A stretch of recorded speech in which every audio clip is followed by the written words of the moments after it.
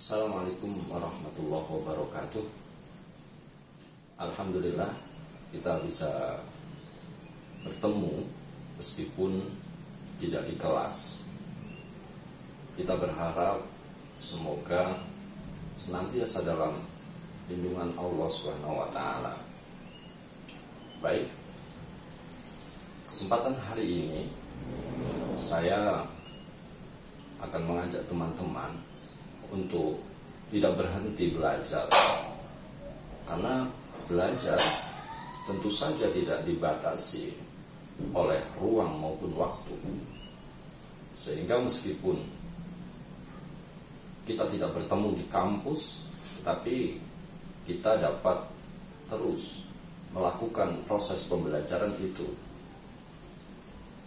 Dan tema kali ini yang akan kita pelajari adalah berkaitan dengan ragam bahasa. Apa itu ragam bahasa? Kemudian apa macam-macamnya? Dan kenapa timbul perbedaan, timbul variasi dalam kita menggunakan bahasa?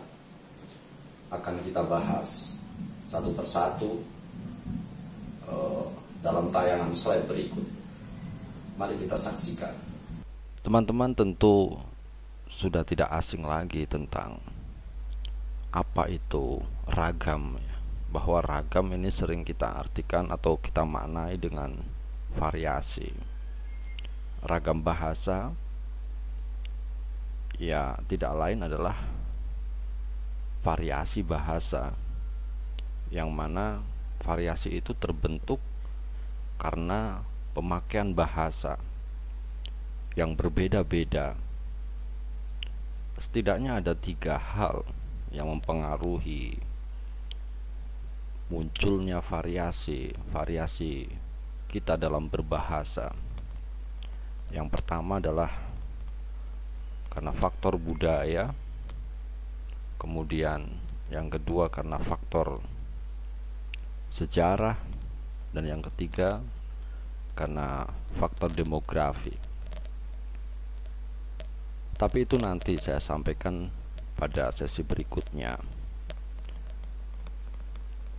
Yang jelas untuk kita dapat memahami ragam bahasa,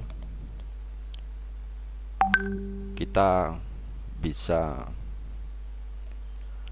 membayangkan terlebih dulu tentang bahasa yang berbeda-beda itu. Sama-sama bahasa Indonesia tetapi memiliki variasi yang berbeda.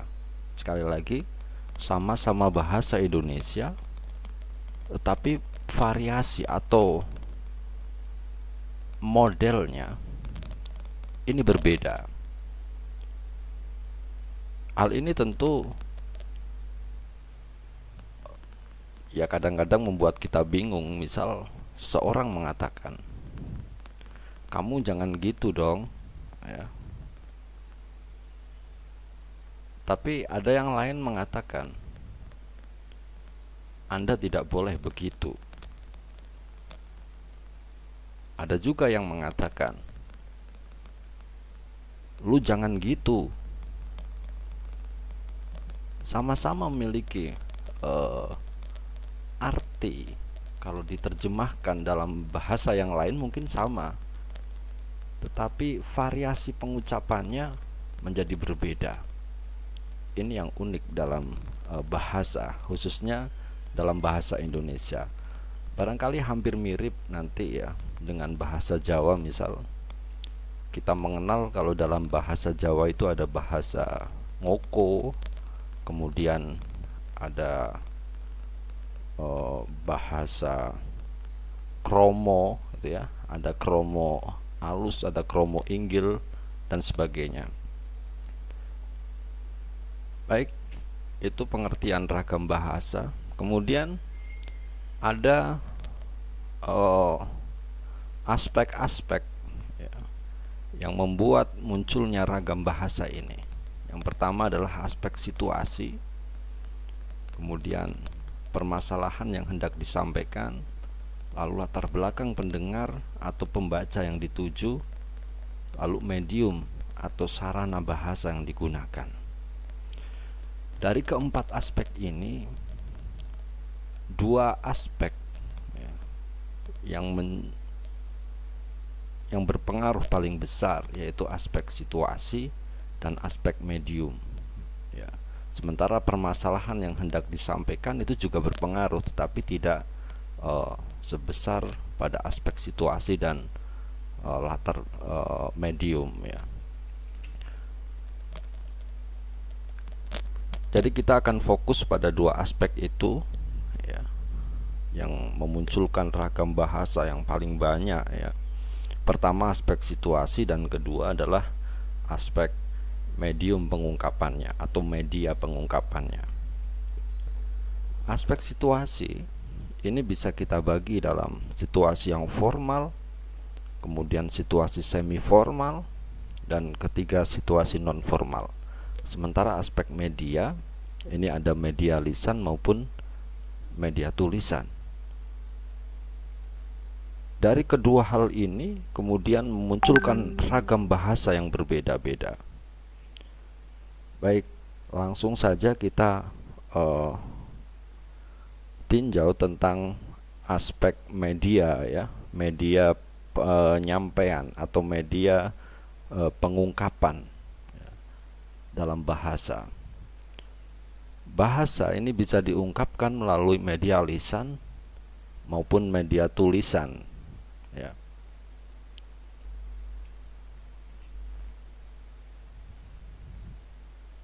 Masing-masing dari media lisan maupun media tulisan itu dia memiliki ciri-ciri, juga punya kelebihan dan kekurangannya masing-masing.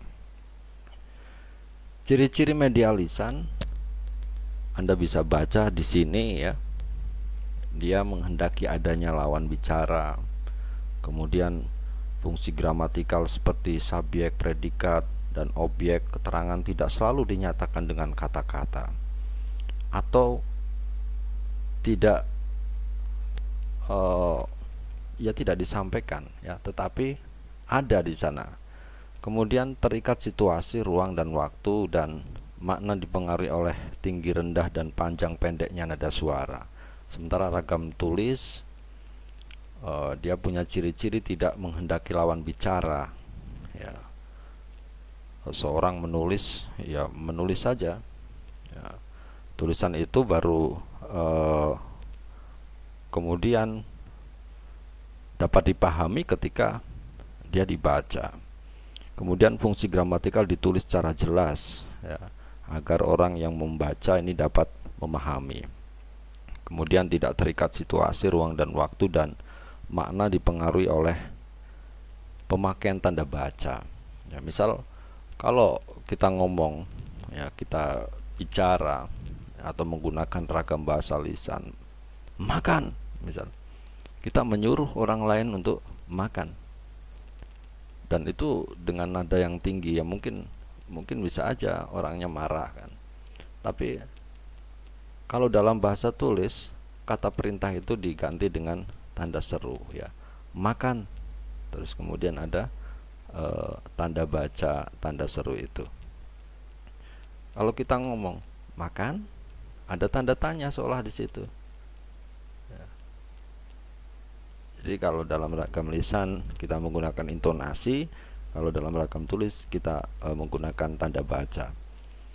Keliru menggunakan tanda baca tentu dapat merubah makna ya, atau menjadikan pembaca ini memahami bacaan itu berbeda dengan yang dimaksud oleh penulisnya. Kemudian ini ada azan asar ini sekarang ya. Kita lanjut saja. Ragam bahasa lisan maupun tulis ini punya kelebihan masing-masing. Kelebihan bahasa lisan ya, kita lihat di sini, dia berlangsung cepat ya, dapat diterima langsung oleh pendengarnya. Kemudian sering dapat berlangsung tanpa alat bantu, ya pakai alat bantunya lisan ya. Lisan ini ya sudah include ya dalam diri kita, ini dikasih gratis sama Tuhan dan harus kita syukuri. Kemudian kesalahan dapat langsung dikoreksi ya, karena penerima pesan itu mendengar, terus kemudian apabila kurang jelas mungkin bisa langsung dijelaskan, dan apa yang menyampaikan itu ketika dia menyadari kesalahan bisa langsung dia mengoreksinya. Kemudian dapat dibantu dengan gerak tubuh, ada gestur ya yang itu membantu menjelaskan sesuatu yang kadang-kadang mungkin tidak bisa dibahasakan gitu ya, atau sulit dibahasakan ya, atau sudah jelas tapi ingin lebih diperjelas, itu bisa dibantu dengan gerak tubuh ya. Tetapi bahasa lisan juga punya kelemahan ya, dia tidak bisa menjadi bukti autentik ya. Ya meskipun kalau sekarang sudah ada alat rekam, itu bisa direkam, tapi kalau di pengadilan mungkin kekuatan rekaman ini mungkin tidak sekuat dengan kekuatan tulis ya, tulisan ya, misal surat ya dan lain sebagainya. Kemudian sulit disajikan secara matang ya, karena ya sulit ya menata bahasa lisan ini kan apa kalau tidak dilatih ini menjadi satu kesulitan tersendiri. Kalau bahasa tulis dia dapat diperbaiki ya, sebelum pesan itu sampai ke pembaca kita bisa perbaiki tulisan itu ya. Tapi kalau bahasa lisan langsung ya, cara menyampaikan secara langsung, sehingga kadang-kadang menjadikannya sulit ya, seperti saya ketika ngomong ini kan ya, secara langsung ya, jadi menjadi agak sulit. Kemudian mampu di manipulasi ya, bisa ditiru dan sebagainya ya. Kemudian bahasa tulis dia memiliki keunggulan ya, memiliki dasar hukum yang kuat, dapat disajikan dengan lebih matang ya, sebelum disampaikan kepada pembaca atau sampai pada pembaca, lebih sulit dimanipulasi ya. Tetapi dia juga punya kelemahan ya, berlangsung lambat ya, pesannya baru sampai ketika tulisan itu dibaca. Kemudian selalu memakai alat bantu ya, kesalahan tidak dapat langsung dikoreksi ya. Kalau di media itu ralat itu kan sehari kemudian ya, tidak dapat dibantu dengan gerak tubuh dan mimik muka ya, kecuali tulisan itu kemudian dibacakan ya, misal baca puisi atau bahasa cerpen ini dapat dibantu ya. Tapi kalau apa tidak dibacakan ya, atau dibaca sendiri ya, ya ini jadi ya bahasa tulis jadinya. Kadang-kadang dibaca di hati saja sudah cukup ya. Ini produk-produk bahasa lisan, ini ada berbicara ya, kita ngomong begini, kemudian pidato, ceramah, berdiskusi kayak gini, presentasi ya. Ini memerlukan bahasa lisan. Kemudian kalau bahasa tulis ini produknya surat, laporan, artikel ya, buku, koran, majalah, ini menggunakan ragam komunikasi bahasa tulis ya. Lalu yang mempengaruhi atau macam ragam bahasa yang lain adalah situasi ya. Situasi ini adalah situasi formal, ada situasi semi formal dan non formal ya. Situasi formal ini situasi yang resmi ya. Kemudian semi formal ya setengah resmi. Dan situasi non formal ini adalah situasi yang tidak resmi, seperti antara kita dengan teman kita ya, Ini menggunakan ragam bahasa semi formal biasanya. Ada beberapa perbedaan atau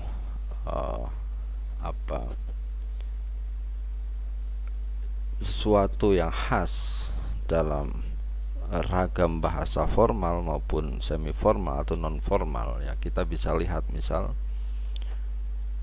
ya, kalau kita menyampaikan dalam situasi yang formal, maka jarang kita menggunakan istilah gue ya atau aku ya. Misal presiden kalau pidato kan tidak pernah menyampaikan aku ya sebagai presiden misal, tapi menggunakan saya ya. Dan ini sudah disepakati ya, seolah-olah sudah menjadi satu kesepakatan bersama tentang bahwa saya ya dan aku ini berbeda ya, meskipun artinya sama-sama. Kalau dalam bahasa Inggris ini ya I ya, sama-sama I, tetapi cara penggunaannya berbeda ya. Ini keunikan bahasa Indonesia ya. Satu sisi dia tidak memiliki perbedaan kasta ya, tapi di sisi lain dia juga mengenal ragam formal maupun semi formal atau non formal ya. Ya kalau di Jawa kan jelas ya, saya, kulo ya, enyong misal, dalem kan ya. Kemudian kalau kamu juga, kalau dalam bahasa formal ini biasanya menggunakan anda, bapak ya, ibu, saudara ya.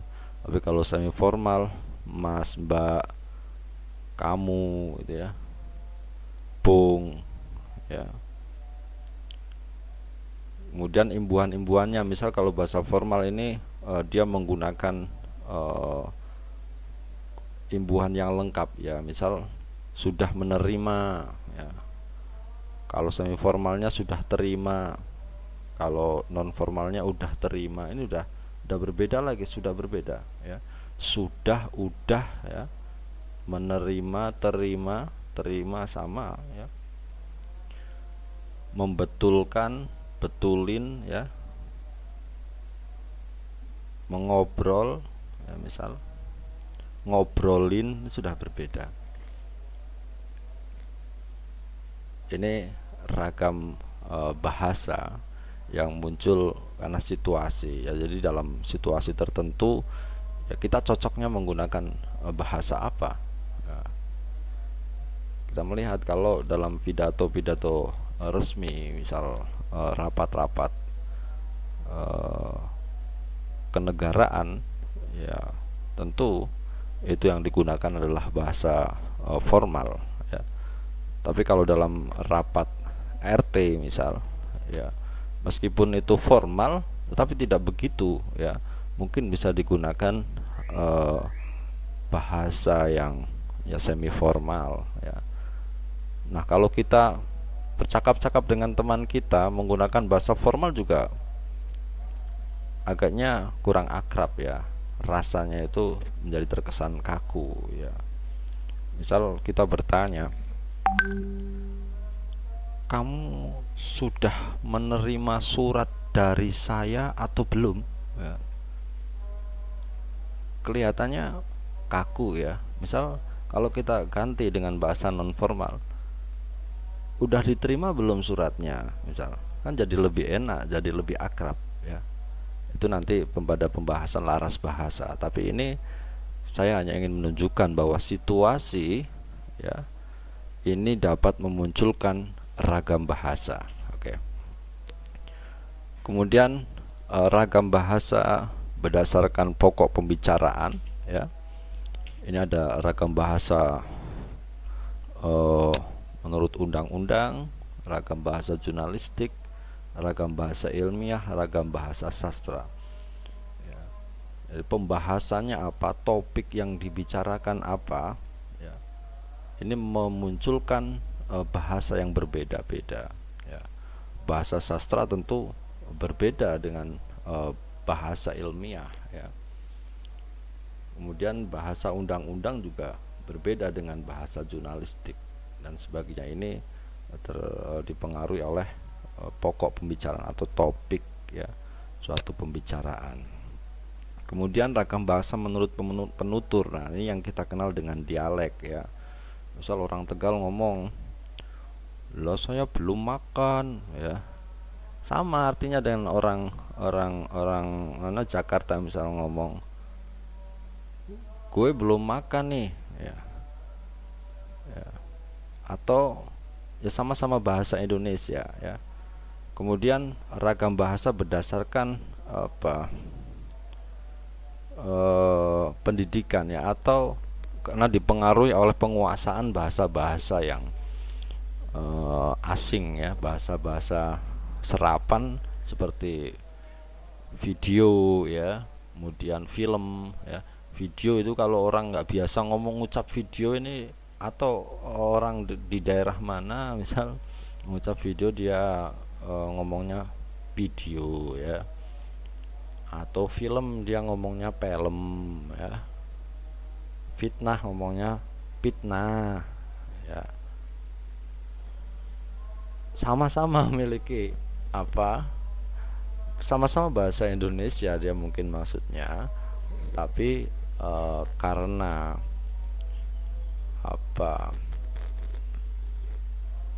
pawasannya atau penguasaan bahasanya yang seperti itu ya, sehingga menimbulkan pelafalan yang berbeda ya. Kemudian ragam bahasa menurut pandangan bidang atau pokok persoalan ya. Ini hampir sama dengan topik tadi ya. Ada ragam bahasa hukum, ragam bahasa bisnis ya. Ciri-cirinya teman-teman bisa lihat di sini ya, nanti dibaca lagi sendiri ya. Kemudian ya, ini yang terakhir,